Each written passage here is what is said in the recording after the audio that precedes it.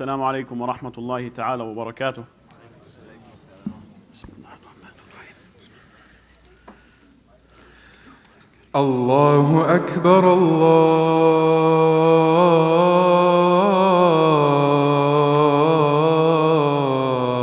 الله أكبر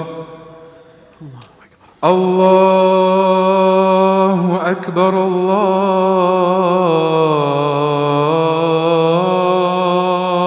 أكبر. أشهد أن لا إله إلا الله.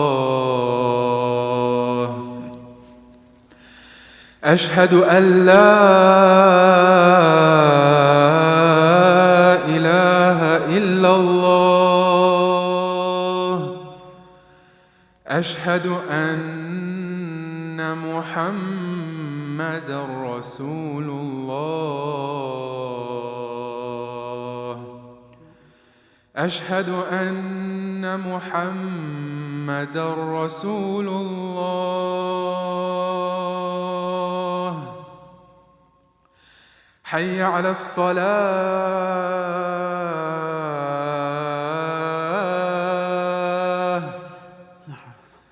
حي على الصلاة.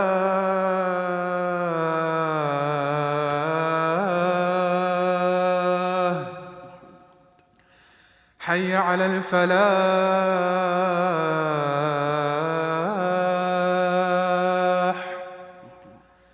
حي على الفلاح.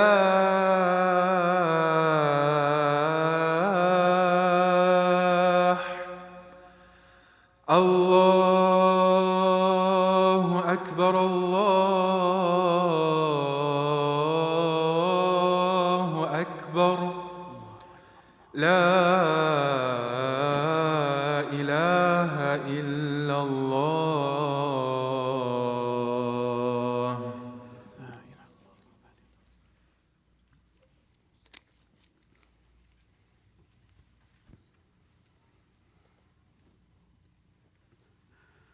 بسم الله الرحمن الرحيم. الحمد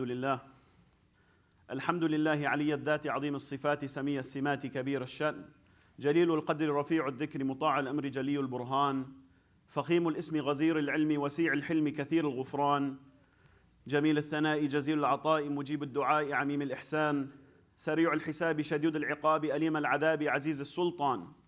ونشهد أن لا إله إلا الله وحده لا شريك له في الخلق والأمر. ونشهد أن محمدًا عبده ورسوله المبعوث إلى الأسود والأحمر المنعوت بشرح الصدر ورفع الذكر.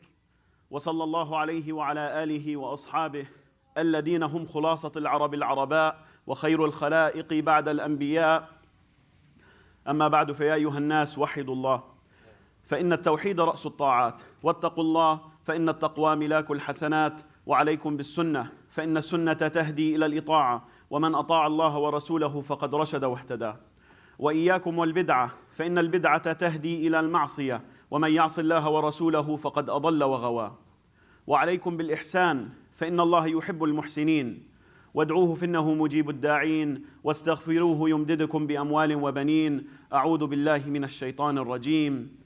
إن الله اشترى من المؤمنين أنفسهم وأموالهم بأن لهم الجنة. صدق الله العظيم. One of the clearest signs and proofs of a person's love and loyalty and dedication is their willingness to sacrifice for that thing that they love, that they're loyal to, that they're dedicated to. Sacrifice in the English language, the definition is the act of giving something of value up for the sake of something more important, for the sake of something more valuable. Right? Your child gets sick. May Allah subhanahu wa ta'ala keep our children in good health. But your child gets sick, you take a day off work to ensure that the needs of your child are attended to, that you take your child to the doctor, that you make sure that they're taken care of. Now, those hours at work that you miss, they do have a value, right? They do matter to you. But they don't compare to how much love you have for your son. So it's an easy decision to give it up for the sake of your child. You have an exam coming up. You have a a project that needs to be submitted on a certain date, you're getting close to that deadline. Sleep is important, but you're willing to give up that sleep leading up to that exam, leading up to that deadline, in order to ensure that you successfully, submit that project in the best way possible, or you take the exam and do the best that you can on it. Right? When we look at the examples of the Anbiya alayhim salam, Rasulullah sallallahu alayhi wasallam, the Sahaba radiyallahu anhum, as-Salaf as-Salih, our pious predecessors, we see the theme of sacrifice again and again and again. That they were willing to give up whatever it took for the pleasure of Allah subhanahu wa ta'ala. Right? And one of the prime examples of that is Ibrahim alayhi salam. Right? We're in the month of Dhul Hijjah. One of the most common things we reflect on and we learn from in this month is from his legacy alayhi salam. A legacy of complete and total submission to Allah subhanahu wa ta'ala. A legacy of sacrificing no matter the cost for the sake of Allah subhanahu wa ta'ala. A legacy of unwavering trust in Allah subhanahu wa ta'ala. Right? Ibrahim alayhi salam, he makes dua to Allah subhanahu wa ta'ala for years, day in and day out, for a pious son, for a pious offspring. And Allah subhanahu wa ta'ala miraculously grants Ibrahim alayhi salam a child at an age where people typically don't have children. Right? Imagine that one thing in your life that you make dua for in the night, you make dua for it in the day, you make dua for it after salah, you make dua for it before you go to sleep. That one thing that it's so precious to you. Just keep making dua, dua, dua. Then imagine Allah subhanahu wa ta'ala gives you that. Imagine how much weight that thing has in your heart, how precious it is to you. And imagine how much joy it must have brought to the heart of Ibrahim alayhi salam when Allah subhanahu wa ta'ala granted him Ismail alayhi salam. And then Allah subhanahu wa ta'ala commands Ibrahim alayhi salam, take your wife, take your child, and go to a place which the Quran describes as biwadin ghayri dhi zar'in.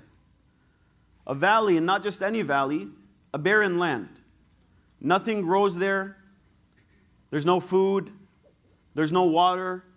There's no resources. And if you don't have food, you don't have water, you don't have any resources, that means there aren't any people there. Because people can't live without water, without food, without these resources. And Ibrahim alayhi salam, he does as Allah subhanahu wa ta'ala commands him, and he goes. Once they get there, Allah subhanahu wa ta'ala commands Ibrahim alayhi salam, leave your wife and your child here. You have another job in Sham to do. Go.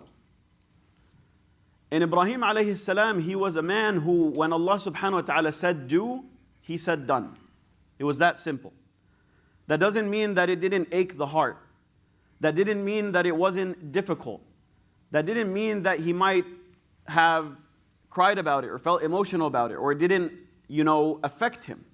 But he carried out whatever Allah subhanahu wa ta'ala asked him to carry out. When we tell the stories of the Anbiya alayhim salam, Rasulullah sallallahu alayhi wa sallam, the Sahaba, oftentimes we might fall into the mistake of treating them like fable. Like it's a scene from a movie. Allah subhanahu wa ta'ala told Ibrahim alayhi salam, leave your family in the middle of nowhere. They obeyed the command of Allah. They trusted Allah. Allah saved them. The end. Now that's what happened. But oftentimes we don't put ourselves in their shoes and understand how difficult the moment was. And that's what I want us to do. Imagine yourself driving to somewhere far away, right? Denton, Tulsa, Oklahoma, Baltimore, California. You're driving. You're almost out of gas. It's Isha time. Right? And you stop at one of those gas stations. And when I say those, I mean the ones with the very dim lights, the ones that, although there aren't any signs, just the visuals say, don't stop here. If you want to survive. Inshallah. You make the stop because you need to fill in your gas. As you're exiting the door, you tell your family, lock the doors. But you're right here. Lock the doors. Okay? We lock the doors. You realize that y'all don't have water. The kids need some snacks. You decide to go inside of the gas station. The 30 steps that you're taking from the car to the gas station, you look back 17 times, almost straining your neck in the process. Why? Because you don't want there to be a split second when your eyes are not locked in on your family. When you get inside the gas station, you're almost running from right to left to grab the things and look out the window. Make sure everything's okay, right? Now I want you to envision leaving your family there for 5 minutes, right? Going to such a gas station, dropping off your children, your spouse, saying, I'll be back in 5, and leaving. You can't. Because it's not fathomable for us to envision leaving the people who are most precious to us in the middle of nowhere, right? This is where there is somebody there. This is where there is water, there is food, right? It's pretty dark, but there are people within the vicinity to a certain extent. You do have a cell phone. You do know that you're coming back. Now put yourself in the shoes of Ibrahim alayhi salam. There's nothing in sight. The only thing they can see is sand. You don't know if anyone's going to come. You don't know what kind of things might show up that way and attack your family. You don't know when you're coming back. You don't know anything. You can't check up on them through a phone call, right? Now envision what Ibrahim alayhi salam is being asked to do. He settles his family, and he mounts his animal, and he heads in the other direction, alayhi salam. Hajar salamun alayha, she says, what's going on? No reply. What can be said in such a moment? She says, are you going to leave us here? No reply. And then she asks a question, right? Such a beautiful question. Imagine all the things she could have potentially asked, alayhi salam. Where are you headed to? Right? Where's your destination? Are you coming back? Will you bring back biryani? Right? Will you bring back food? Will you bring back water? It's a logical question. You're going to bring back food? You're going to bring back water? Are you coming back? What are we going to eat? What about your son? No, listen to the question she asks. Allahu amaraka bihada. Did Allah subhanahu wa ta'ala command you to do this? I don't know where you're going. I don't know if you're coming back. I don't know if you're going to bring anything back. I don't know if we're going to be taken care of. I don't know how I'm going to deal with all of this. But is this the command of Allah? That's the only question that came to her mind. And Ibrahim alayhi salam, he nods, yes. And her response is even more beautiful than her question, salamun alayha. She says, إِذَنْ لَا يُضَيِّعْنَ اللَّهُ أَبَدًا. Then you go do what Allah subhanahu wa ta'ala commanded you to do, and don't worry about us for a split second. Because you could never protect us the way Allah subhanahu wa ta'ala can take care of us. And Allah subhanahu wa ta'ala will never allow us to perish. Will never allow us to be harmed. Will never allow anything to touch us. You see, it wasn't just the submission, the sacrifice, the trust of Ibrahim alayhi salam, but it was the family of Ibrahim alayhi salam. That's why we say, Allahumma salli ala Muhammadin wa ala ali Muhammad kama sallayta ala Ibrahim wa ala ali Ibrahim. Wa barik ala Muhammadin wa ala ali Muhammad kama barakta ala Ibrahim wa ala ali Ibrahim. Because it was their sacrifice too. Because they lived that legacy too. Salamun alayhim. And the lesson for us is to learn from Hajar alayhi salam.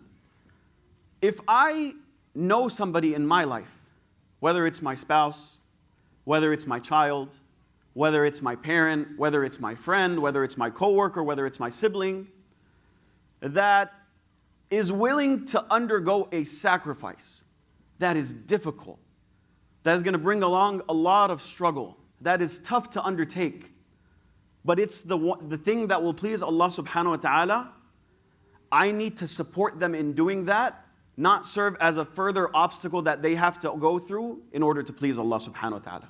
Let me give an example. A family is struggling financially. Month to month, barely able to pay the bills. They know it's not sustainable. In 3-4 months, they're not going to be able to do this anymore. One of the spouses gets offered a job that's going to pay double what they're making. Beautiful. MashaAllah. But there's one caveat. It's haram income. It's something that doesn't please Allah subhanahu wa ta'ala. Now the spouse that got the offer, imagine all the whispers of shaitan in their head. What about your family? How are you going to feed your kids? How are they going to go to school? Right? So the spouse is already dealing with a lot of turmoil in their own head and struggling with all of this. But they come to the conclusion at the end of it that no matter how much income this is going to bring me, if it doesn't please Allah subhanahu wa ta'ala, it's not going to be worth it. I'm going to turn this down. Me as a spouse, me as a parent, me as a child, me as a friend, me as a community member, my response to that should never be, bro, you got to worry about your family. You should take this, man. You should do it. Yeah, it's haram income, but inshallah, Allah will forgive you, right? No, that should never be my response. I should never be someone who's creeping doubt into another Muslim's head when they make a decision that they want to please Allah subhanahu wa ta'ala. Rather, I should be the voice, like the voice of Hajar, salamun alayha. إِذًا لَن يُضَيِّعَنَ اللَّهُ أَبَدًا. Do that which pleases Allah subhanahu wa ta'ala, and know that whatever income is going to come your way will never be able to help you. The only one that will be willing to help you is Allah subhanahu wa ta'ala. Don't worry about us. Don't worry about your kids. Allah will take care of everything. You just do that which pleases Allah subhanahu wa ta'ala. It's a lesson for all of us. We can find ourselves in these situations again and again and again where someone wants to take the high road and we find ourselves saying, but you don't have to do that. Right? Look at the first 13 years of the prophethood of Rasulullah sallallahu alayhi wasallam in Mecca. There was concessions granted to the Muslims. You could hide your Islam. There was even a concession given that if somebody was in a situation where their life was in danger, they could utter words of kufr, so long as iman was solid in their hearts. Right? إِلَّا مَنْ أُكْرِهَا وَقَلْبُهُ مُطْمَئِنًّا بِالْإِيمَانِ. But there were Sahaba who publicly announced their Islam, who didn't care about the consequences. Umar radiallahu an, Bilal radiallahu an, and others. It doesn't mean that those who concealed their Islam were wrong, right? And sometimes I might find myself in a situation where I don't have the courage to go through the sacrifices that others are willing to go through. And that's okay. So long as there's a concession given, so long as it's not mandatory, everyone can choose what they want to do. But my point is, I should never be a deterrent for someone who is willing to take the high road. Right? Give another example. For the college kids who are on the campuses, right? Standing up for the rights of our brothers and sisters, may Allah subhanahu wa ta'ala be with them. I might not have the courage to stand there myself, right? I might look at the consequences, be like, man, I don't want to go through this, right? This is too important for me. But for those who are willing to, and think about what we said the definition of sacrifices, right? It's giving up something of value. That other thing might be important to you that you're willing to let go of, right? They understand the consequences that they might face. They understand the things that they might go through. But the justice for our brothers and sisters, ending this massacre of tens of thousands of men, women, children, far outweighs in their heart what they could potentially get. Right? So I should never be a deterrent for someone who is willing to take the high road to try to please Allah subhanahu wa ta'ala. Going back to Ibrahim alayhi salam, when we speak about sacrifice, we have to mention the story with his son Ismail alayhi salam, where Allah subhanahu wa ta'ala says in the Quran, فَلَمَّا بَلَغَ مَعْهُ السَّعْيِ. Whenever Ismail alayhi salam reached an age where he would roam the earth with his father Ibrahim alayhi salam. Right? He was a little older now. And Ibrahim alayhi salam said to Ismail alayhi salam, he said to him, قَالَ يَا بُنَيْ إِنِّي أَرَى فِي الْمَنَامِ أَنِّي أَذْبَحُكَ فانظر ماذا ترى قال يا أبت افعل ما تؤمر ستجدني إن شاء الله من الصابرين. Ibrahim alayhi salam says to his son, Ismail alayhi salam, oh my dear son, I've seen in a dream, and the dreams of prophets are revelation. They're commands from Allah subhanahu wa ta'ala. So he's saying, I have been commanded by Allah subhanahu wa ta'ala to slaughter you. Right? Going back to what we said in the beginning, Ibrahim alayhi salam makes dua day and night. And Allah subhanahu wa ta'ala miraculously grants him Ismail alayhi salam. And now Allah subhanahu wa ta'ala is saying, you have to give up that precious thing to you. Right? Your son, Ismail alayhi salam. فانظر ماذا ترى. And the response of Ismail alayhi salam, قال يا أبتي افعل ما تؤمر ستجدني إن شاء الله من الصابرين. Oh my dear beloved father, do what Allah subhanahu wa ta'ala told you to do. It's similar to the response of Hajar, salamun alayha, right? Oh my father, do what Allah subhanahu wa ta'ala commanded you to do, and just like you're being patient with the decree of Allah subhanahu wa ta'ala, inshallah you will find me also to be patient with the decree of Allah subhanahu wa ta'ala. In the way Ismail alayhi salam is able to give such a beautiful response, is because that behavior and response was modeled for him.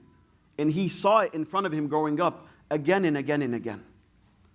Right? We want our children to be in the front sufuf of the masajid. Have we modeled that behavior for them?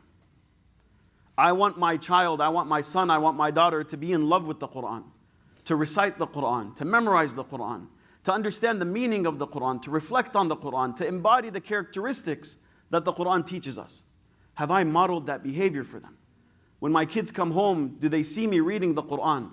Do they see me building a relationship with the Quran? Or do they see me scrolling mindlessly through social media? See, if we want our children to have these beautiful characteristics, we need to model that behavior for them as well. We can't just say, do this. We have to live it. And inshallah, Allah subhanahu wa ta'ala will put barakah in our youth, in our children, and allow them to follow through.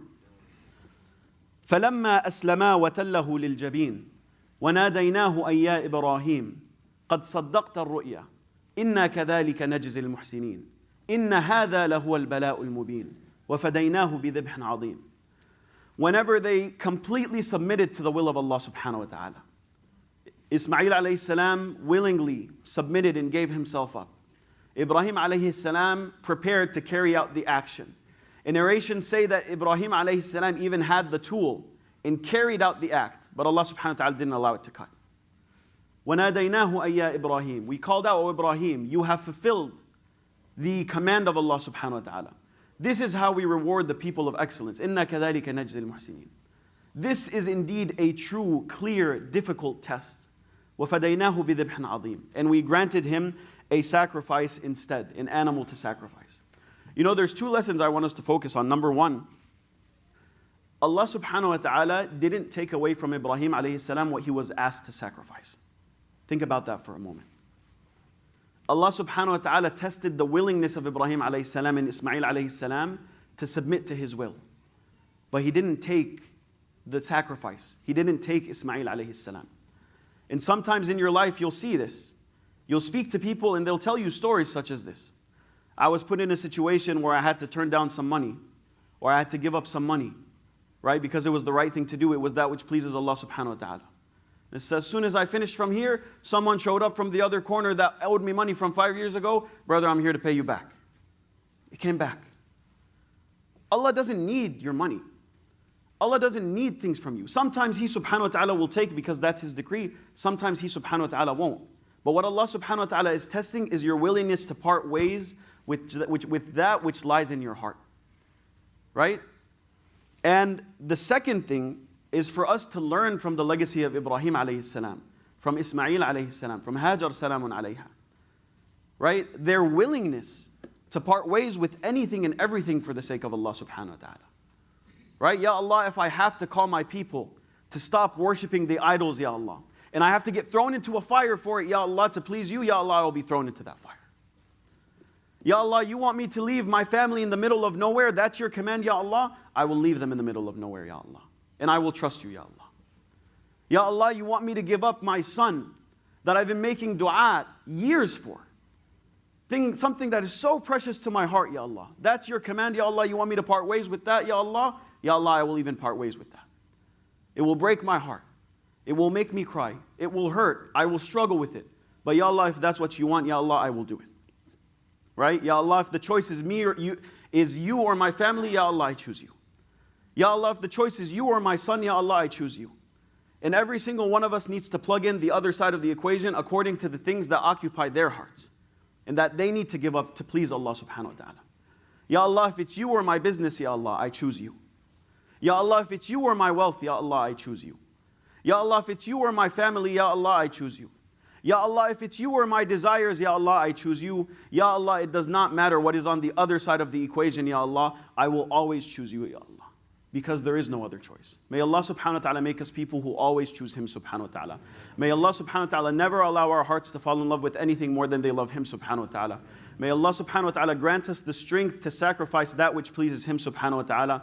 May Allah subhanahu wa ta'ala shower His rahmah and mercy upon our ummah. Shower His mercy and rahmah upon our brothers and sisters in Palestine. Shower His rahmah and mercy upon our brothers and sisters all around the world, wherever they are. May Allah subhanahu wa ta'ala be with them, with what they are going through. May Allah subhanahu wa ta'ala elevate their ranks. May Allah subhanahu wa ta'ala grant them the highest ranks of paradise and grant us those ranks as well. Ameen ya Rabbil Alameen. أقول قولي هذا وأستغفر الله لي ولكم ولسائر المسلمين فاستغفروه إنه هو الغفور الرحيم.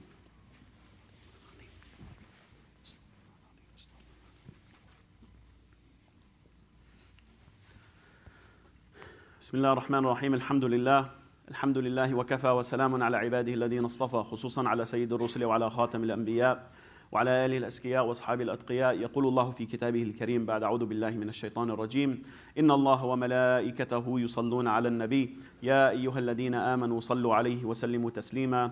اللهم صل على محمد وعلى آل محمد كما صليت على إبراهيم وعلى آل إبراهيم وبارك على محمد وعلى آل محمد كما باركت على إبراهيم وعلى آل إبراهيم. اللهم اهدنا فيمن هديت وعافنا فيمن عافيت وتولنا فيمن توليت وبارك لنا فيما أعطيت وقنا واصرف عنا شر ما قضيت إنك تقضي بالحق ولا يقضى عليك ولا يعز من عاديت ولا يذل من واليت تباركت ربنا وتعاليت.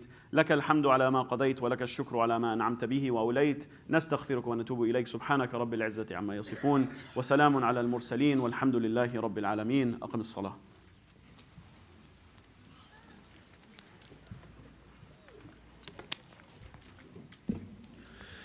الله أكبر الله أكبر الله أكبر الله أكبر.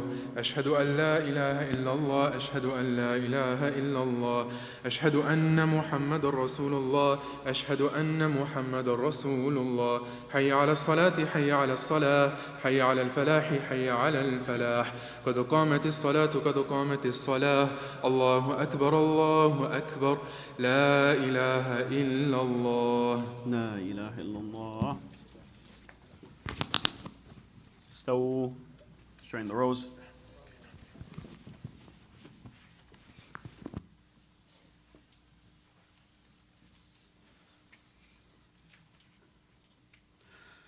الله أكبر.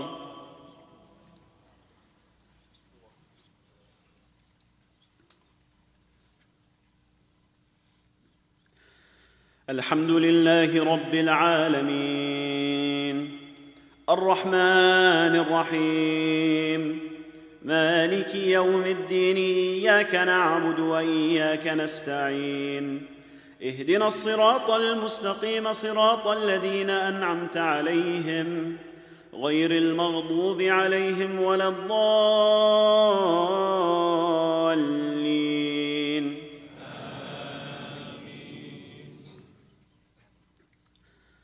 والضحى والليل إذا سجى ما ودعك ربك وما قلى وللآخرة خير لك من الأولى ولسوف يعطيك ربك فترضى ألم يجدك يتيما فآوى ووجدك ضالا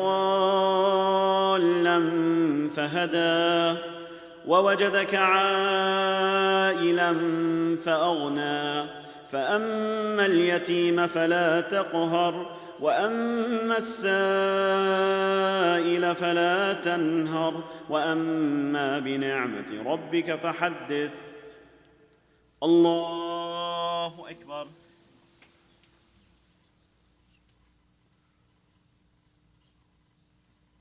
سمع الله لمن حمده. الله أكبر.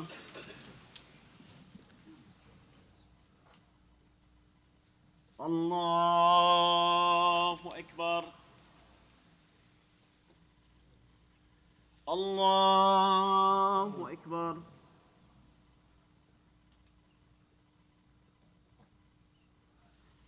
الله أكبر. الحمد لله رب العالمين الرحمن الرحيم مالك يوم الدين إياك نعبد وإياك نستعين اهدنا الصراط المستقيم صراط الذين أنعمت عليهم غير المغضوب عليهم ولا الضالين.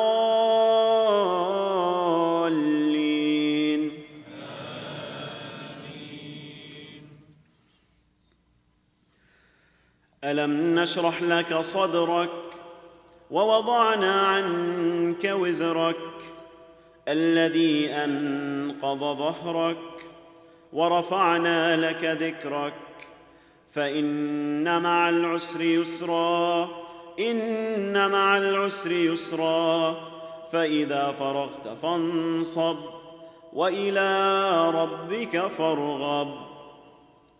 الله أكبر.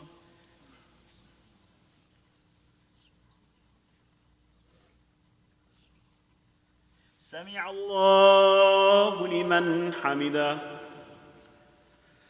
الله أكبر.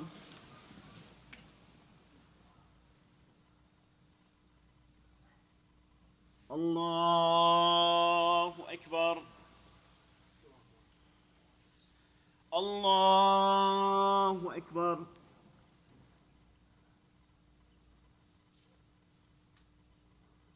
الله أكبر.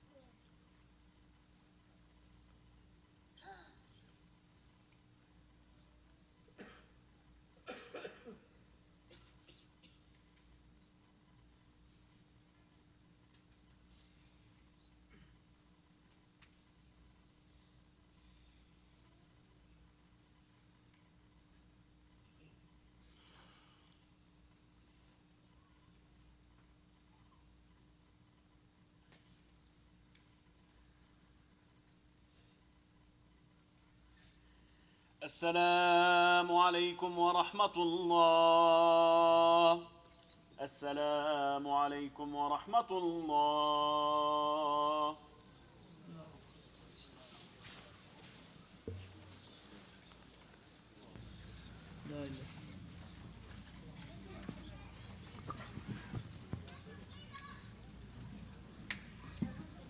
السلام عليكم ورحمة الله تعالى وبركاته. Just a quick announcement, inshallah. Tomorrow at Roots from 9 a.m. to 11:30 a.m. inshallah, we're having our seniors breakfast in halaqah. That is for ages 55 and up, inshallah. Please RSVP at rootsdfw.org/seniors, inshallah. Barakallah feekum. Assalamu alaikum wa rahmatullah.